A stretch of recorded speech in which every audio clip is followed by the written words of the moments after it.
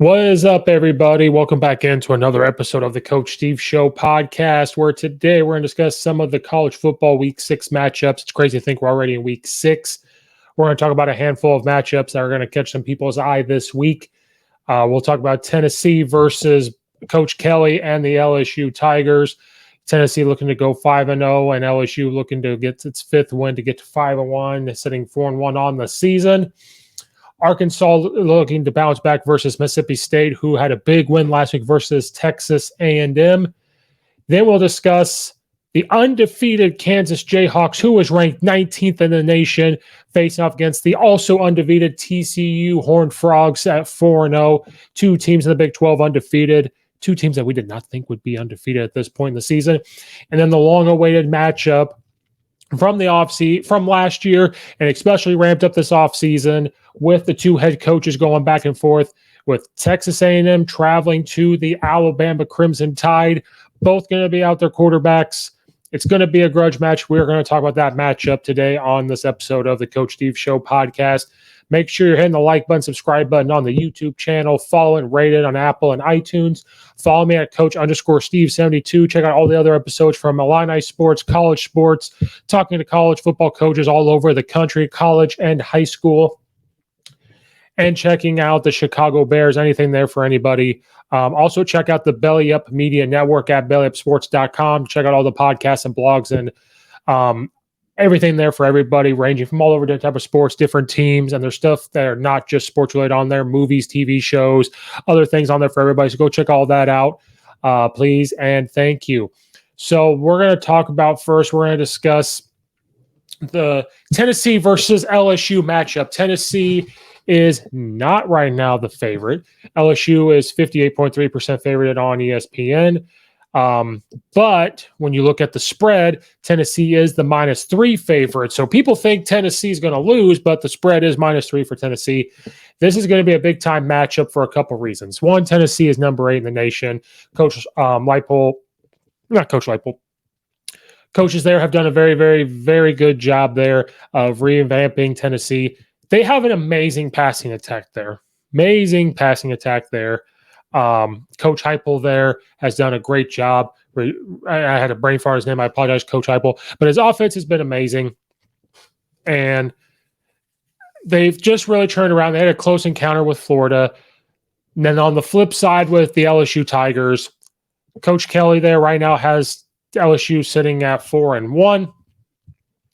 They lost to Florida State at the very beginning of the year. Then they beat Southern 65-17. Had a win over Mississippi State 31-16. Beat New Mexico 38-0. Then they beat Auburn last week 21-7. It was a close matchup. Coach Kelly and staff are getting the LSU Tigers a little more confidence each and every week. Auburn, you could say that was their big test was Mississippi State, and they passed at Mississippi State, made a lot of mistakes. But now Auburn, kind of that big-time matchup, but Auburn is also a dumpster fire. They're kind of like the Nebraska right now. I think Nebraska might be in a worse spot.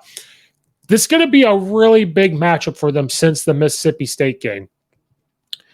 Because Tennessee right now, their defense makes plays when they need to. Their offense is amazing. They have a good quarterback. They have great wide receiving core.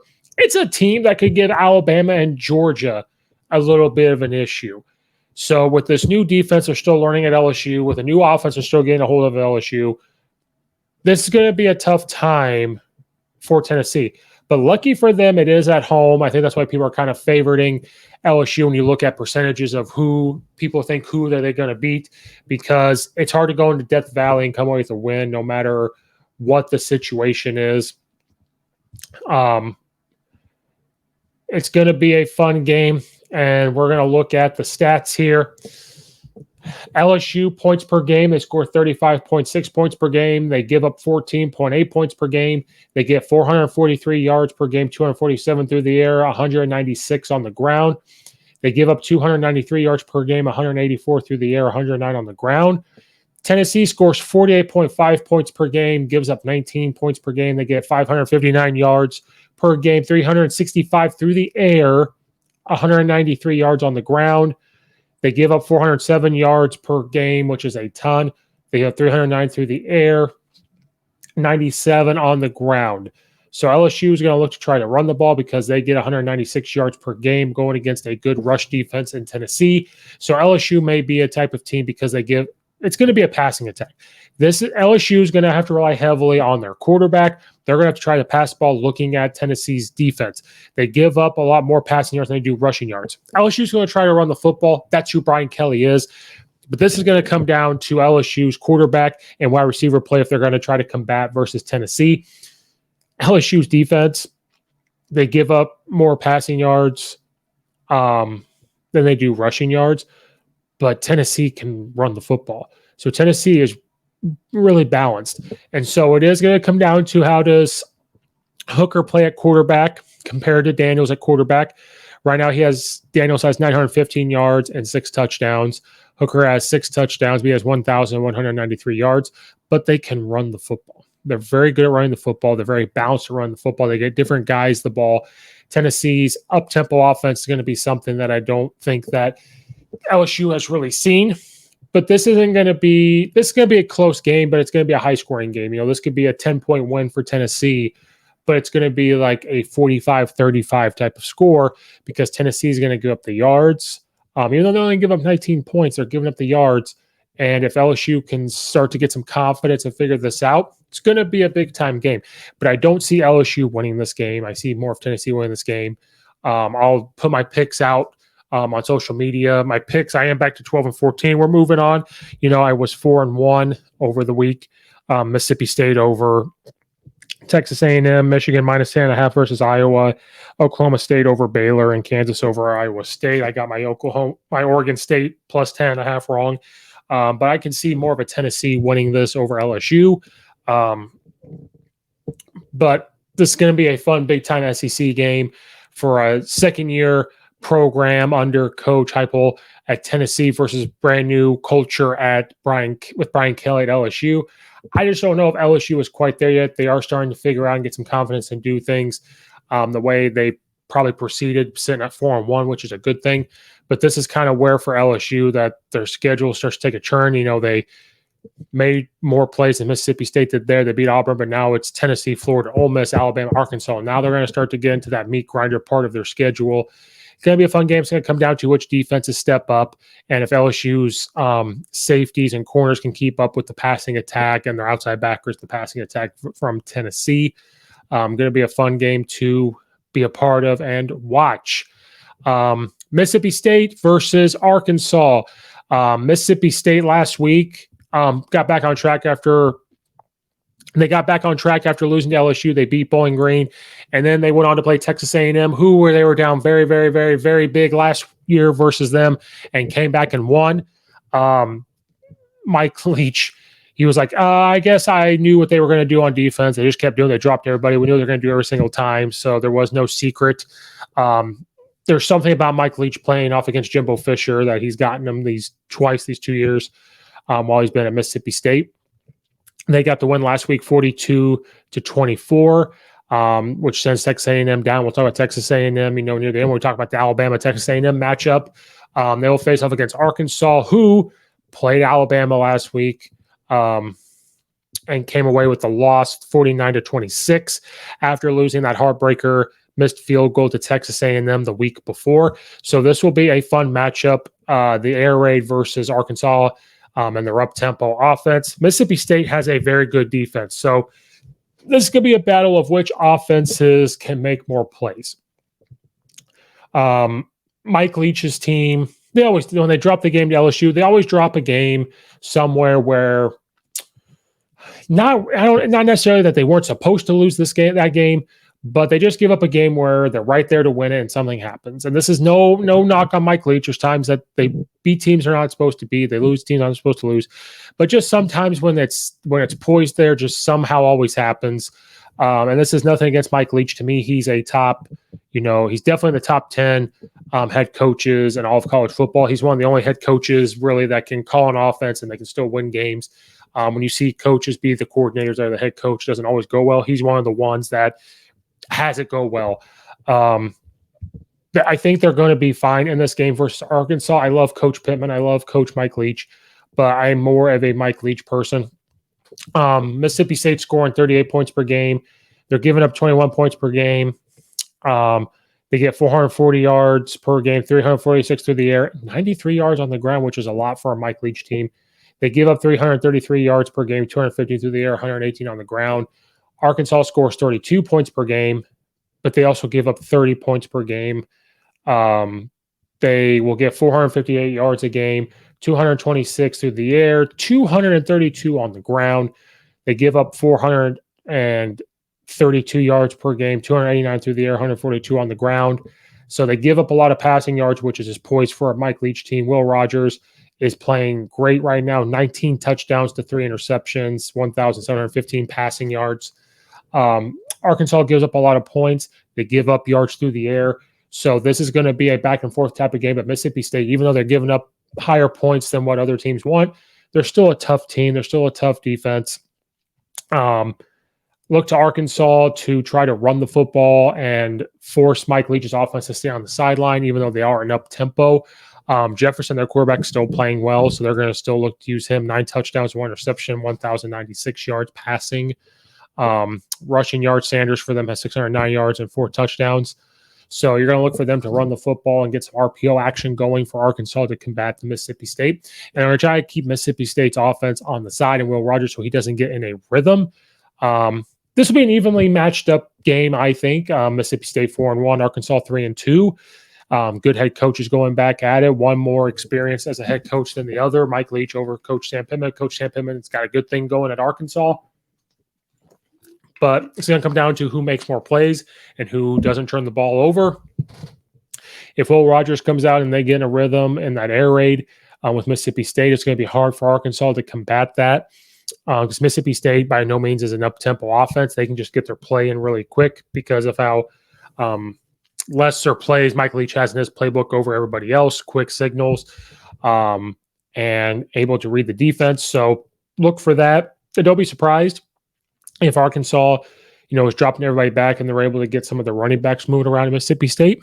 That's what's going to happen. They're not afraid to run the ball. 93 yards per game rushing is a lot for a Mike Leach team. So another great matchup, leaning towards Mississippi State winning that one. I do love Coach Pittman and what he's doing at Arkansas, but leaning more towards Mississippi State in that particular game, but it's another great matchup.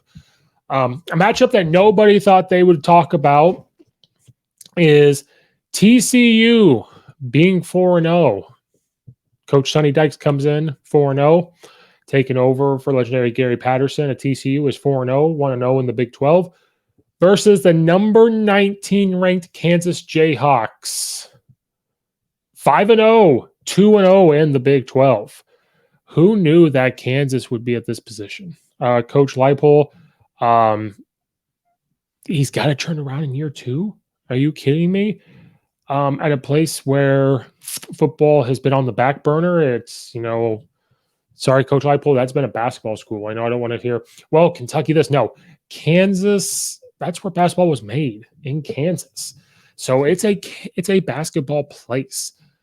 But in year 2, I didn't know. Kansas had a question mark on it, but it's just hard for where the program was to see him build that up in year 2. It's a really hard thing for me. It was a really hard thing for me to grasp. I would think 3, 4, 5 years. Year 2, those guys are playing. They're having fun on offense. You see the clips on Twitter. They're doing unique things on offense. Their defense is flying around for Kansas. This is like the Orange Bowl Kansas team. It's been a long time. TCU, same exact thing. No offense to Coach Gary Patterson whatsoever, but now they've gotten this offensive guy coming in. They're doing those things on offense, and they're having fun. TCU is known for their defense. You get Coach Sonny Dykes to come in and do some of the things from offensive perspective, and man, are they having fun down there at TCU. TCU is scoring 48.5 points per game, which is a ton. They're giving up 22 points a game. They will have 549 yards, 297 through the air, 251 on the ground, 368 yards they will give up on defense, 248 yards in the air, 120 on the ground. Kansas is scoring 41.6 points per game, giving up 24 points per game. They'll get 420 yards a game, 201 through the air, 218 on the ground. They'll give up 384 yards, 269 through the air, 115 on the ground. So same thing. They get some guys coming in. They flip up the offense a little bit, and they're scoring points. They're running the football. They're doing those things in unique ways. This is going to be a fun matchup who we never thought we would say. Fun, unique matchup. Like seeing the different stuff that Kansas do on offense. I love to see the things TCU is doing through the air, but also what they're getting on the ground and the play action stuff, the RPO stuff, the counter stuff that Kansas is doing, the quarterback runs Kansas is doing. And they're just kind of saying, screw it. They leave it all on the field. They're having fun. Kansas in their last 5 games, they beat TNTC 56-10. They beat West Virginia in overtime 55-42. They beat Houston 48-30. They beat Duke 35-27. Then they beat Iowa State 14-11. TCU, dating back all the way to November, beat Iowa State, or dating all the way back to September. They beat Colorado 38-13. They beat TAR 59-17, SMU 42-34, and then they just beat Oklahoma last week, which I didn't see coming, 55-24. They came in and, man, they were throwing the ball all over the place. When you start throwing the ball over the place, then you can start to run the football, and that's why they average big-time rush yards. Dugan, their quarterback, just lit it up last week. He has 997 total yards, passing 11 touchdowns. Daniels for Kansas also lighting it up, 11 touchdowns to 1 interception, 983 yards.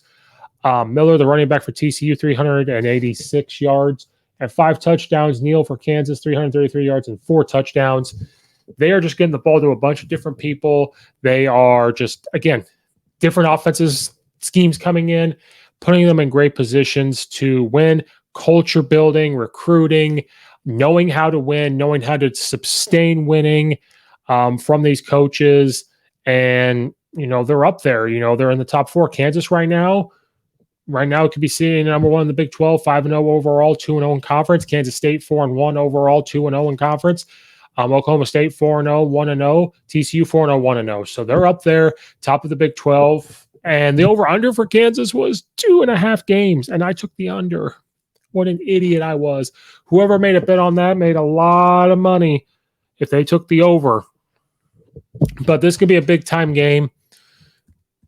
You almost have to lean with Kansas on this because of the momentum they've got going on. TCU's got the momentum, but something brewing there in Kansas, and Kansas better enjoy it because Coach Leipold's name thrown around for Wisconsin and Kansas already, or Wisconsin and Nebraska already.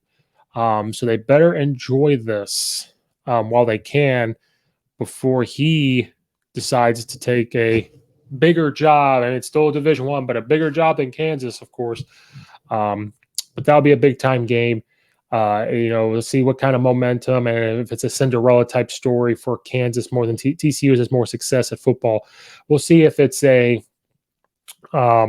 Cinderella story here for Kansas and how far they're going to push this season, and see if they can end at 12-0.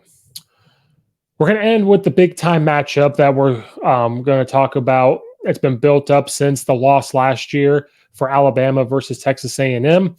And then it got built up even more during the offseason when Coach Nick Saban said, look at Texas A&M, they bought their players. And then Jimbo Fisher goes off talking about, look at his dealings, look at what Nick Saban did, calling Nick Saban out, not by name, but saying, oh, he's the god of football. Jimbo Fisher was the first assistant coach gone to be a head coach to beat Nick Saban. And then Kirby Smart did in the national championship. So last year, Nick Saban lost to 2 former assistants, Jimbo Fisher being the first one. So this has been a matchup. Everybody had October 8th circled when that thing with Jimbo Fisher came out, when he called that press conference and talked about it. Everybody's had this game circled. They had the number 1 recruiting class, have a guru at head coach there for offense. And for Texas A&M, it has not gone the way they thought. So far this season. They beat Sam Houston at the very beginning. Then they lose to App State, which is a big time loss for them because App State has no business, on principle beating Texas A&M. Then they had this ugly win versus Miami, 17-9. Then they win off of a couple mistakes by Arkansas, but held on to win versus Arkansas, 23-21. Then they lose to Mississippi State. Their defense could not stop Mike Leach's offense, 42-24. And so looking at Texas A&M, that's set poised to lose and get whipped by Alabama. Well, last week versus Arkansas, Alabama won 49-26, but Bryce Young got hurt his shoulder. He was playing well. He did have the one interception, but then played well. He was 17 of 13, 173 yards before that. Then they bring in Jalen Milroe. He was 4 of 9, 65 yards, passing touchdown, and a rushing touchdown. But they relied heavily on the run game with Gibbs, their running back. He had 206 yards on the ground. Milroe chipped in himself with 91 yards rushing. And then they had little short dink-dunk passes for him, but they really relied heavily on their run game. Arkansas couldn't stop it with the physicality of the offensive line and the physicality of the running backs. But now Bryce Young questionable for this game. Then coming out for Texas A&M, their quarterback broken bone in his throwing hand. So it's going to be quite interesting to see what's going to happen in this game from the quarterback perspective. For Texas A&M. I believe it was Max Johnson, I believe, that broke his hand, a bone in his hand. So it's going to be quite interesting to try to get their backup quarterback ready to go for Texas A&M. I'm going to double check to make sure that I was correct in this. Yeah, Texas A&M quarterback Max Johnson has broken his hand, a bone in his throwing hand. So both teams are going to be dealing with a backup quarterback if Bryce Young's shoulder is not good to go and he's not, the Heisman Trophy winner is not ready to step in and go. So this is going to be an interesting game. Nobody thought that this is where they would be right now with the quarterback situation. People thought Texas A&M was going to be really, really good. Alabama's been fine. They had the close call with Texas. They're 5-0, 2-0 right now. Alabama is 3-2, 1-1 in the SEC. They're struggling offensively, but this is similar to last year. Alabama was in a spot doing well, had a little bit of suspect on their offensive line, I guess you could say. Texas A&M was struggling offensively at this point last year. Even Nick Saban is quoted by saying, we could say it's the same situation a year ago. So it's coming in, having deja vu with this. He has a shoulder injury in Bryce Young. He's day-to-day. I know Max Johnson, they've listed a day-to-day, but today it came out and said that he had a broken bone in his hand. It took a field goal last year for Texas A&M to win last year. So Alabama is going to be motivated. No matter who's playing quarterback, they are motivated for two reasons. One, because of the loss last year. Two, because of what Jimbo Fisher was saying about Nick Saban. They had this game circled, and they're looking to beat them down at home. So that's going to be a motivation for Alabama. What you're going to hear, what you've heard all week, what you're going to hear all over, while everybody's getting ready for the games for Saturday, is the quarterback situation. Young has done some things in practice, but there's no saying of who's going to start. Jalen Monroe, right now he's been taking most of the reps. It's been reported, but Nick Saban likes to keep those things kind of close to the vest. He played the rest of the way for Alabama in that second quarter all the way through for Arkansas. But with Monroe, Bryce Young can run. But with Monroe, he can make the passes, but you're going to see they compare it to him like a Jalen Hurts, where you can do zone reads, power reads, he can run, he can make the little short throws. They could go with a situation where they start Milroe, and have Bryce Young be the backup just in case. So that way, if something does happen, they have Bryce Young coming in, so that way Bryce Young is going to be ready no matter what to get the younger guy ready. I could see that's kind of where they want to go. Johnson, is reported to have, the broken bone in his hand. So it's going to be tough there sledding for a quarterback there. He's been day-to-day, but that's going to be tough for Texas A&M. Texas Aggies, they rank last in the SEC, and they're 105th in the nation in total offense with 335 yards a game. They're scoring the fewest points in the conference at 21.8 points per game. It's 108th in the country. Alabama ranks fourth in the nation by allowing only 236.4 yards per game. But again, that's something that could be thrown out the window because this was a similar situation that they were in last year. But Texas A&M is, we just talked about them struggling. on offense, it's 100% true that they are struggling on offense. We've already said it, but let's repeat it again. They're scoring 21.8 points per game. And Jimbo Fisher has forgotten way more football than I will ever know. But coming a guy that's claimed to be this offensive guy, and you hear people talk about it, it's not just me. You hear other college football podcasts talk about it, and other shows talk about it, that the thing holding them back right now has been Jimbo Fisher's play calling. You can they have talent. There is talent all over Texas A&M. Maybe not the talent of Georgia and Alabama fully, but there's some talent there. And I'm not a Texas A&M person, never have been, don't know why. Growing up, never was. Don't know why. Don't know. But there's always been talent there. And I'll tell you when there's talent. There's talent surrounding Texas A&M. But they're only scoring 21.8 points per game. Now the quarterback thing is going to hurt them a little bit, but they can run the football. They have guys that can run the football. They have a big offensive line.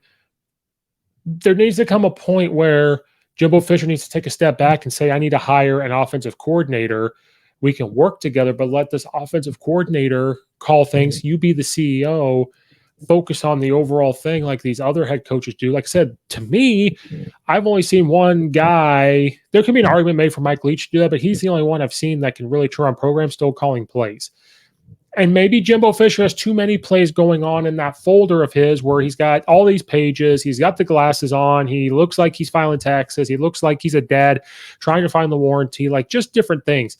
It just is weird. And then is he going to overcoach now, be too intense playing Alabama? It's just going to be an interesting thing to see. To only score 21.8 points per game, only getting 334 yards, being an offensive guru, having these guys, it is a little bit, it just doesn't feel right. Their defense, only giving up 17.8 points per game, so their defense is up and down. But good defense coordinator. They have guys there.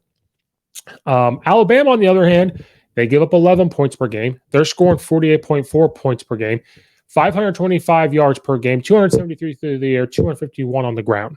They only give up 236 yards. So it's going to be coming down to quarterback play. Who can adapt to their backup quarterback better?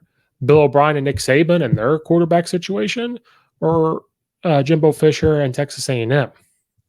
And it's going to be at Alabama. It's going to be a hostile environment. Now, this could be a closer game right now. Alabama's minus 24. This could be a closer game because they had that big spread on Texas. Texas A&M has, quote-unquote, better athletes. They could step up and play no matter what Jimbo Fisher calls, because that is sometimes the case. Players don't execute, but then as a coach, you figure out why they're not executing. Is it the plays? Is it how I'm calling it? Is when I'm calling it? So there's a bunch of different things. So even though I'm saying these things about Jimbo Fisher has claimed that the plays are there, just not executing. Well, then why are they not executing it? It's the Justin Fields and Chicago Bears thing, but we'll get to that another time. He's got to figure out why they're not executing it. How can they make them execute it? Do they have to tweak things? Do they have to do things? Maybe, all these things. Alabama is just going to play angry. They're going to play mad, and they're going to come in and they're going to say, you said all these things about my coach. We're going to come after you. Flip side, Texas A&M can come in angry for saying what Nick Saban said. It all depends. It's a rivalry game thing now. It's a rival thing between those two. I'll be curious if they even talk. Jimbo Fisher claims they're fine. I'll be curious to see if they even talk before the game.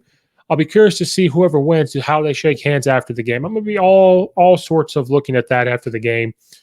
But Alabama, regardless of the quarterback situation, they will adapt better, I think, to their backup quarterback more than what Texas A&M will. I think Alabama has been in that situation more often than not, dealing with two quarterbacks and dealing with different packages for them. I think that will be a more successful game planning on that side. No offense to the other side, but I just think they've been in that situation more. Nick Saban is a better head football coach than Jimbo Fisher, and they will be put in those situations. Look for Alabama to win that game. I don't know if it'll be by 24. If Bryce Young, even if he plays, he's not going to be 100% healthy. So you're still going to see a heavy dose of run plays from Alabama. Play actions converted into RPOs off of that. Probably more play action off of that than all the RPO stuff. Monroe still might come in if Bryce Young plays and use him in the run game, kind of like a Tim Tebow type of thing that they did years ago. So look for Alabama to win that one. But this is a heavy set matchup that we're all looking for. We're all going to be glued to the TV on Saturday, October 8th. So that'll be a fun one. It'll be a fun one. That wraps up this episode. Just want to talk about some key matchups, especially that matchup with Alabama and Texas A&M. Like and subscribe to YouTube channel. Follow and rate it on Apple and iTunes. Follow me at Coach_Steve72 on Twitter. Check out all the affiliates in the description below.